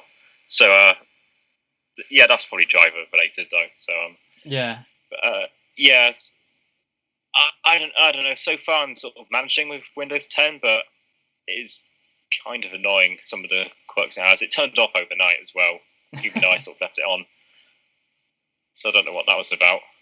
Yeah. And also, sometimes I'd put it into sleep mode as well when I went to bed, but sometimes it would turn itself back on again. Yeah, on its own. So. It's singularity, man. It's Skynet. It's like Windows 10's got a mind of its own. Yeah, it's doing its own thing. It's trying to make things better for you, and in turn, it's just screwing up your stuff. It's like having like a shitty roommate who keeps using your computer and installing new stuff. That's what it feels like when I'm using it, because every time I come back to my computer, things are different than how it used to be, and it's just like, stop changing. I left things the way I liked it. I think one day there's going to be an update and we'll come back and it's literally GLaDOS as the computer, because we've already got Cortana as the assistant thing, which I never use. But it's all like I had that thought about GLaDOS actually when it updated this week and it came back and it was all like, hi, we've changed some things around on your computer. It's so creepy. It's so creepy. When I saw that for the first time, I was like, what are you doing? I was like shaking my monitor. We're just changing some things around. We're trying to make things better for you. It's so... Oh, man. It was terrifying when I saw it for the first time. I felt like I was like Neo in the Matrix. Now you can't use your programs. Suck it down. Yeah. You now have less channels for MIDI. We decided to make Doom not work for you. I've already sort of not had enough in 16, so I've had to like resort to using sort of like program changes and stuff to get around the limits. But I think even less channels are just fucking no. Yeah, it's so irritating. It sucks, man.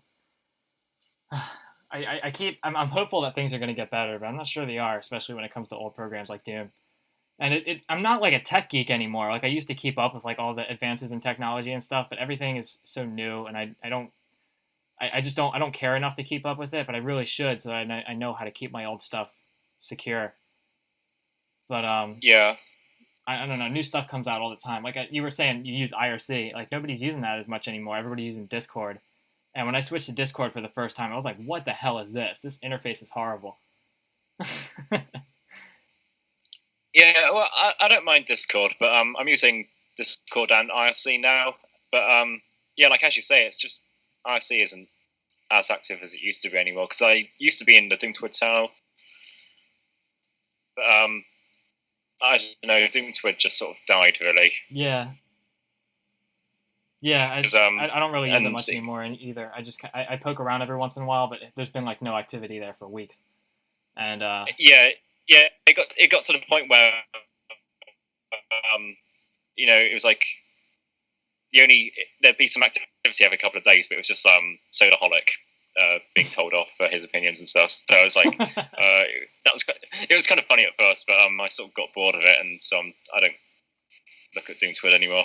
Yeah, there's no content there anymore. But the way of IRC is just so efficient in being just like a good like chat relay client. It's just perfect. It's everything's very fast. It's efficient, and it does everything that I want it to do.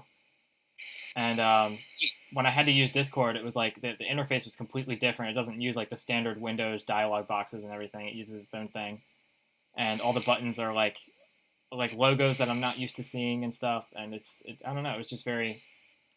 It's those little things that just really add up. I had to switch to the sort of condensed layout on Discord, so it looks a bit more like IRC now. Oh, that's good. But yeah, I don't mind it so much. What I like about Discord over IRC though is that you can sort of go away for a bit and sort of just like you can turn your computer off or something, and when you come back, the messages that you've missed are all there. They're That's sort of stored. Yeah, but there's an alternative to that too, because I have something called an IRC bouncer, which is yeah, I've heard of those. Yeah, there's like these free services where you can sign up and attach your name to some other server that's constantly running, so that way you'll be on IRC without actually having to have a computer connected to it, and you can come back and it'll report everything that's happened. But even then, I use my IRC bouncer, but even then, there's no activity for weeks, and it's just there's no point in using it anymore. Yeah, and it's like well, actually, my main IRC channel is on ZDaemon, so also I've been inconsistent on using ZDaemon, but yeah, my sort of main IRC channel is on the ZDaemon network, so but that's sort of closed in, so I don't think you could use a bouncer on it. Yeah, times have changed, man. It's good and it's I bad. barely remember the good old days, so I don't think I started using the internet until like 2007 or something. Yeah, you would think that after, I don't know, it seems like it's such a waste when there's so many like there's like the standards for technology have gotten so much better. Like you have all this space on your hard drive, and your computer works really efficiently. And when it comes to running things like Doom, like on my Windows XP computer, for example, I mean Doom was designed for like 486s and Pentium 2s and stuff. And when I play Doom on my Windows XP, it's so fast and so efficient, and it's perfect for Doom. And you would think that like as technology gets better, it would just make these things better. And somehow they find ways to make it worse, and I don't know why they do that. And you would just think, and like when new programs and video games and stuff come out, they use like a normal amount of disk drive space, just because it's assumed that everybody has like 2 terabyte hard drives all the time, and they have these like huge, like really powerful processors and everything, so it doesn't matter if something runs slow. and it's yeah. that's so grating to me. I've got the new Doom on Steam, but it'll take me a few days to download that, I think. Yeah, the new Doom, the Doom 2016. Yeah, because it's like 50 gigabytes or something. Yeah, it's a huge file, and the amount of content in it is not nearly the same as there is in regular Doom 2 when it comes to like all the community-driven mods that you can play. It's mostly multiplayer as well, and no one plays it. Yeah. Yeah, it's crazy. I don't know, but I don't know. I don't think anything's ever going to replace Doom for me. It's just it's good on its own, but I'm scared that like new operating systems aren't going to let it work. So I have to keep using my old stuff. I think as long as we've got like source port authors and stuff, I don't think that's going to be too much to worry about. But that's a good point. And I think because of that, we're able to just keep going, and I don't know how much longer we're going to go on, really. But I think it'll be a pretty long time, man. The community's getting so much bigger. Yeah, it's getting bigger, and it seems to be sort of becoming more active rather than getting sort of like any quieter. Yeah. Which you wouldn't expect that at this point, but that's what's happening, and it's really cool. Yeah, it is very cool. With multiplayer, I actually can't play anything else other than Doom, so I'm literally restricted to TMS because of my connection speed. Like everything else will just lag to hell because there's so much data transfer. Whereas Doom is just so simple; it's the only thing I can actually play at sort of like a decent ping. It's all you need. Doom is such a cool game, and it's. I mean, there's all the different game modes and stuff you can play too. So you can play team deathmatch, you can play capture the flag, duels, and then there's all kinds of co-op, and then there's other.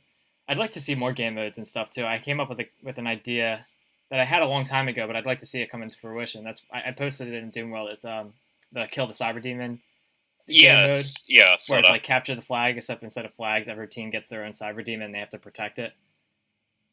I think Quara, the guy who does the ZDaemon sessions, I think he mentioned something like he might look into something like that for 1 week, but I'm not sure if he's gonna pursue that. But yeah, I reckon that'd be pretty cool. Yeah, and there's also like Dragonfly is making Skull Dash, and that's an awesome project. I'd like to see that come to fruition too. Yeah, I still need to play that because I only played like a few maps when it first came out, and then I didn't take it any further. Yeah, it's a cool thing. It's another one. All right, so we've been talking for like almost 2 hours. I guess you want to wrap this up? Unless there's other stuff you wanted to cover. I'm trying to think now. Yeah, I know I'm putting you on the spot now. That always happens. But every time I have people on the show, like we'll talk and then like we'll kind of like hit like an awkward silence eventually, and we'll be like, and then like immediately after we go off air, they're like, oh, I had this whole thing that I wanted to go on about. Yeah, I wanted to promote this project or whatever. Right. Play Panophobia when it's out. Yes. That's my message to everyone. Oh, and maybe keep an eye out for my TNT thing, but I'm probably not going to finish that, so whatever. Well, yeah. So, I did wanted to ask you one thing. Is it? I wanted to ask you earlier. Is when people like ask you to make music for their projects, is that annoying? I always feel like I'm being annoying when I'm asking somebody to make music for my project. Oh, not at all. It's great. Oh, it is good? Yeah. The only problem for me is that like I work really slowly, so I've already somehow got a backlog of stuff because NX Gangrel, she asked me a few months ago actually for like blood inspired stuff. But because I've been working on Panophobia, I just haven't had the time to actually sort of get working on it. Is it annoying when people tell you like the kind of style that they want, or like would you rather like play something and come up with something on your own? No, I don't think it's I don't mind when they specify a style. The only thing I'm fearing about that at the moment is that like I'm worried I'm going to sort of end up being sort of typecast for sort of dark and creepy midis when I like to think I'm a bit more versatile than that. Because that seems to be what people kind of want nowadays. It's like this darker sort of ambient-ish thing, and it's at the point where I made sort of dark ambient for some Revolution maps. I'm making sort of ambient-ish for Panophobia. Theoretically, I've been making, if I get around to them, sort of ambient tracks for your project and Exgangrels. I made an ambient-ish sort of gothic ambient. That's pretty cool. It wasn't really ambient, but for Doomro, he made this.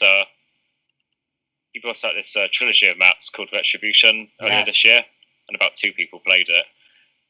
That's a shame too, because he's an awesome mapper. I've actually been wanting to talk about that more often because I know he's been working on this for a very long time, and he has these very long maps, which makes them like kind of tough to play because they're huge. But he does a really good job.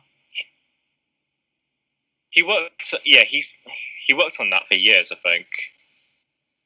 Like literally years, because I think he was still making the first map when I joined Doomworld. And so I guess because they are just huge maps, it kind of turns people off from playing them. But I think it is a shame that like only about 2 people literally actually played that WOD when he released it.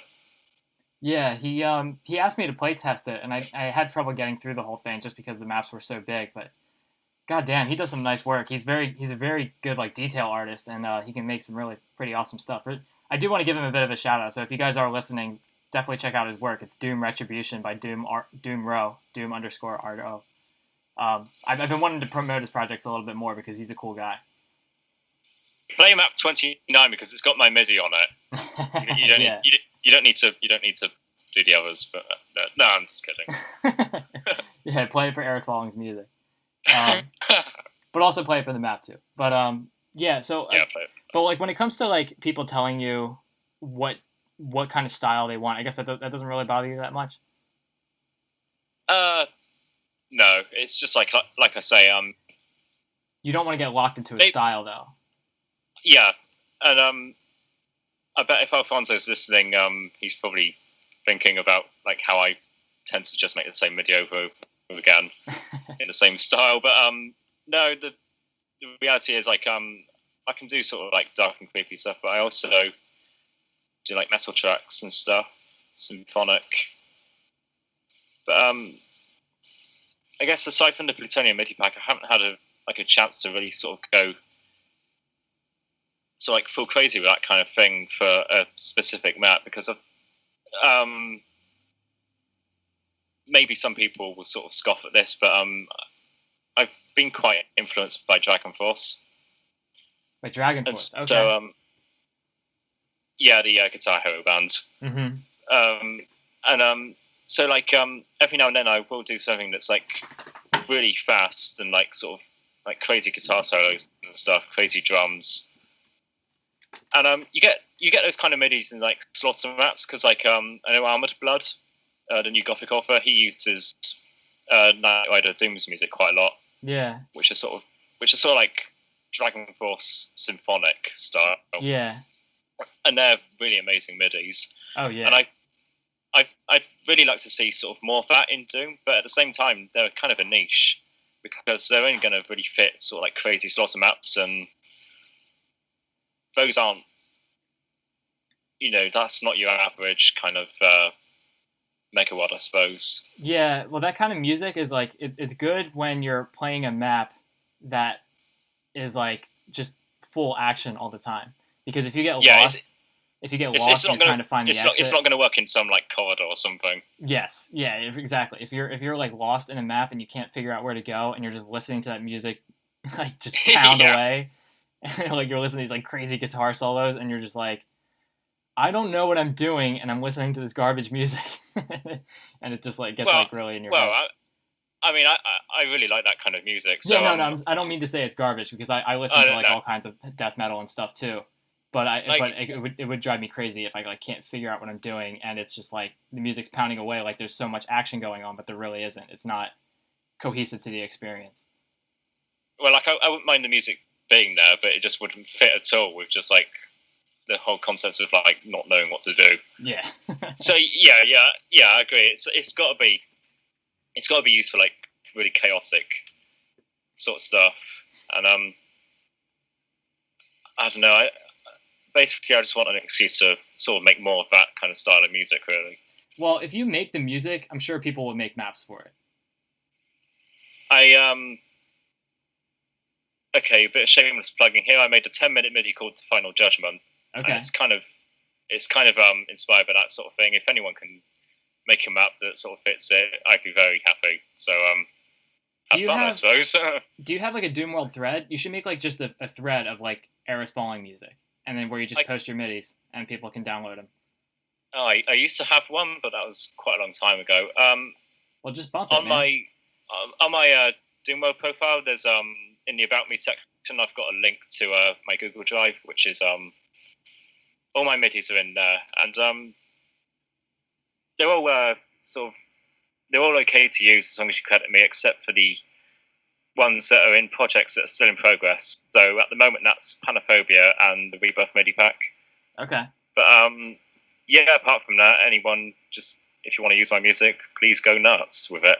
Okay, good. That's good to hear. Yeah, every time you make music, every time you make a new song, just update that thread, because that's what I do with my my World Extermination Radio thread. I don't really use it for anything other than like when I post a new episode, I'll tell people that we're going live, and that's pretty much all the thread's for, and it's useful for that reason. At least when there's not these huge debates about me being racist. Did you see that? That was a pretty crazy situation. Well, it wasn't you. It was the guest at the time. Yeah, and I was being sympathetic to him, and I shouldn't have done that. But well, whatever. Let's not get into that. But if you're making I generally try to avoid drama because I just can't be bothered with it, really. Yeah, well, I enjoy it because I think I work well in it. But yeah, like when you make new music, you should bump that thread so people know that you're still working on stuff. Nowadays when I do something, I use the status updates because I find a new form's quite good for that yeah, kind it's of good thing. For that too. I don't really have any other use for status updates either, so that's sort of what I use them for. So I can post new work, but because all my work at the moment is for Panophobia and another double map actually, but so sort of stuff's not secret as such, but there's just no reason to sort of push it to the exposure yet. Okay.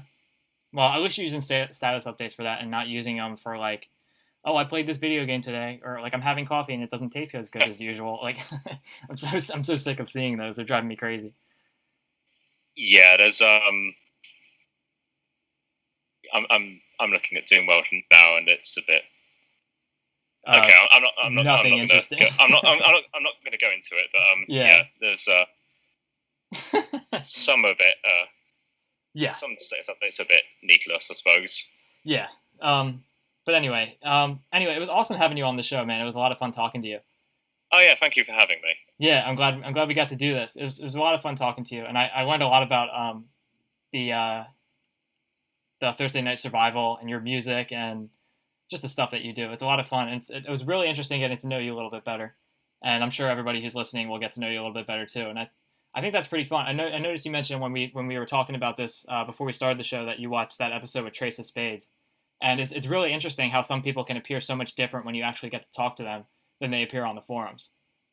And not to say that you were any different than that you were bad or anything, but I mean you're an awesome guy. You're awesome on the forums too.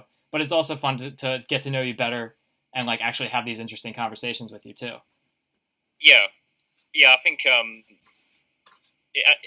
these sort of things, they add a different side to people that doesn't come across in the forums at all, and that's like I said, that's exactly the sort of thing that happened with Trace. Yeah, it was he just came across completely differently on the radio. Yeah, I told him about it after the show. So, I was expecting that we were going to have like this crazy debate about just the government and politics and all that Yeah. stuff. But like it turned out we agreed on pretty much everything. And he was pretty. He was actually like not very extreme. He was he aimed in the middle for a lot of things. I mean, there's some things that he's pretty. Yeah. There are some things that he's like. I guess you could say he's pretty stubborn about, but he doesn't care if it affects other people. He just cares about it in his own life. You know what I mean? And that's pretty much what's important. I guess I don't agree with him on sort of a lot of issues, but at the same time, he's not this sort of like mega asshole that I thought he was. Right. He's not trying to change the world or anything. He's actually just he's like kind of a normal kind of cool guy, really. Yeah. Like if you avoided politics, like you'd get on fine with him. That's sort of the impression I got. Yeah, exactly. And I had a lot of fun talking to him, and I had a lot of fun talking to you, and I love doing these shows. And keep doing them; they're cool. Yeah, I'm glad I'm doing them, and I'm glad people are enjoying them. Tomorrow, I'll be talking to somebody who you mentioned earlier that you had a pretty interesting thing from experience. Is something that's inspiration for you is Dragon Force, which you said some people would scoff at. I don't think so, but I know some. But if some people do, that's on them. But I know some people don't consider Tormentor 667 to be one of the best mappers, but he was actually very influential for me when I was a level designer for the first time. And I'm going to be having him on the show tomorrow. Right, so you had Dario Casale before me, and you've got Tormentor 667 tomorrow. So I've just been like sandwiched between these two celebrities, and it's like, oh. Well, that's just how it happened. I mean, these guys are pretty. When I was talking, I've been trying to set up shows with these guys for a while, and I guess they're busy and they have pretty busy schedules, so it's tough to get them when I want to. But yeah, it just happened. It just so happened that you landed in the middle. But I mean, who cares? I mean, you're an awesome guy. I mean, it was a lot of fun doing this show with you, and you have a lot of interesting stuff to talk about. Oh, thank you. Okay, so thanks for being on the show, and thank you everybody for listening, and keep up with the new episodes. After I'll be talking to Tormentor 667 tomorrow morning, which is about 24 hours from the time of this show. And so keep playing Doom, keep killing monsters, keep making maps, and you keep making music, Eris. And keep playing co-op and keep this Thursday night survival going. All right, we'll see you guys later. Tell Tormentor to make their Doom community map project free. Yeah. Yeah, let's get into that. That would be really cool. All right, I'll make sure I bring that up on the show.